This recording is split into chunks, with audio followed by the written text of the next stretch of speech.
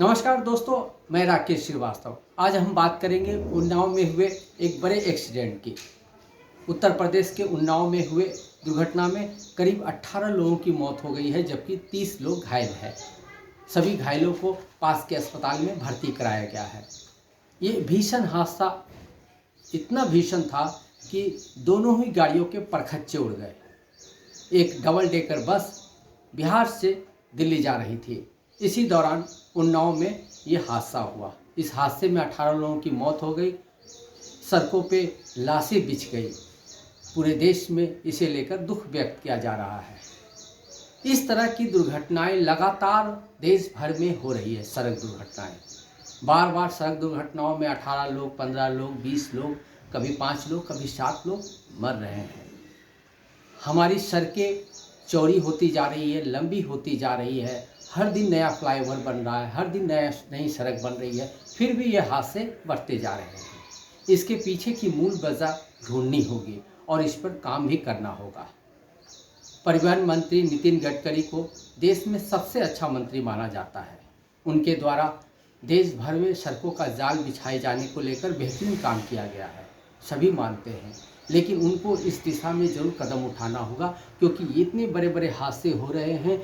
जितनी बीमारियों से सालों में मौत नहीं होती, उससे ज़्यादा हादसों में मौत हो रही है। इसके पीछे की एक बड़ी वजह ये भी है कि जितनी बड़ी संख्या में आबादी है, उससे बड़ी संख्या में वाहन सड़क पर उतर गए हैं।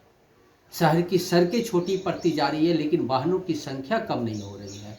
एक घर में अगर 5 लोग हैं तो 4 से 5 लोगों के पास उनकी निजी बाइक है, निजी वाहन है। ये सारे सड़कों पे जब निकलते हैं तो सड़कों पे किसी को लैंड करने की जगह, किसी को पार्किंग करने की जगह नहीं मिलती है, तो किसी को अपने लिए रास्ता बनाने की जगह नहीं मिलती है। इसी वजह से लगातार हादसे हो रहे हैं। इस हादसे के पीछे एक और बड़ी वजह है। देश भर में जो सड़कें हैं, हर साल जब भी बारिश होती है, आपने देखा होगा कहीं गड्ढा हो रहा है, कहीं पानी जमा हो रहा है, कहीं टूटी हुई है, कहीं गटर का ढक्कन खुला हुआ है। ये ऐसी स्थिति देश के हर हिस्से में आपको देखने को मिल जाएगी और ये भी हादसों की एक बड़ी वजह बनते हैं। कई बार ओवरटेक के चक्कर में, तो कई बार सड़कों के गड्ढों से बचने के दौरान हम हादसे के शिकार होते रहे हैं और अपनी जान गंवाते रहे हैं।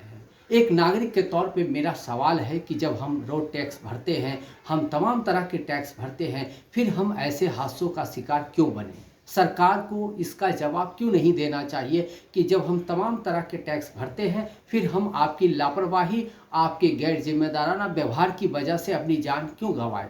18 लोग जिनकी मौत हो गई, उनके परिवारों के सामने आज कितनी बड़ी संकट खड़ी हो गई होगी। ये सिर्फ एक हादसा नहीं है, हर दिन इसी तरह के हादसे सामने आ रहे हैं। अभी लखनऊ से एक फुटेज आया था जिसमें दिखा रहा था कि सड़क किस तरह से ढह गई है। इसी तरह से आप देखेंगे कि पुणे, मुंबई में हल्की सी बारिश में सड़कों में पानी जमा हो जाता है। हल्की सी बारिश होती है, जगह जगह दरारें हो जाती है। कई लोगों की स्कूटी फंसने की वजह से वो एक्सीडेंट का शिकार हुए और उनकी मौत हो चुकी है। तो कहने का ये मतलब है कि जब आप देश भर में सड़कें बना रहे हैं, सड़कों पे करोड़ों अरबों रुपये खर्च हो रहे हैं, फिर लोग हादसों का शिकार क्यों हो रहे हैं? इसमें 2-3 चीज़ें साफ रूप से समझने वाली है। पहला कि हमें ये देखना होगा कि हमारी जो सड़कें हैं, उसके हिसाब से वाहनों की संख्या कितनी है। सड़कें हमारी निश्चित रूप से थोड़ी चौड़ी हुई है, लेकिन उसी के हिसाब से अतिक्रमण बढ़ा है। अतिक्रमण बढ़ने के साथ साथ लोगों के वाहनों की स्पीड बढ़ी है। लोगों में सबसे मुश्किल वाली बात यह है कि अनुशासन की कमी आई है। वो किसी भी तरह से अपनी दिशा में निकलने के लिए ट्रैफिक नियमों का उल्लंघन करते हैं। इसकी वजह से भी हादसे होते हैं। हाईवे पे खासकर स्पीड की वजह से हादसे होते रहते हैं। लेकिन अगर हम इन 3-4 बातों को ध्यान में रखें कि हमें अपने वाहनों की संख्या को कंट्रोल करना है। देश में इतनी बड़ी संख्या में वाहन सामने आ गए हैं कि सड़कों पे उसके लिए जगह नहीं बची है। तो सबसे पहले एक नियम तय करना होगा कि एक घर में अगर 5 आदमी हैं तो उनके पास कितने वाहन होने चाहिए। हर आदमी के पास वाहन हो तो फिर पब्लिक ट्रांसपोर्ट की ज़रूरत क्या है?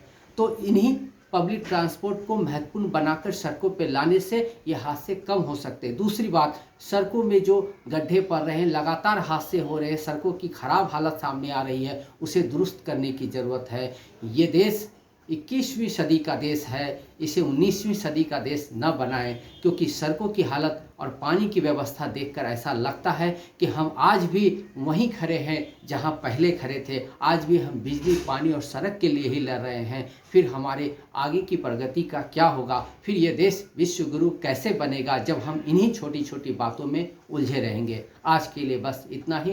Thank you.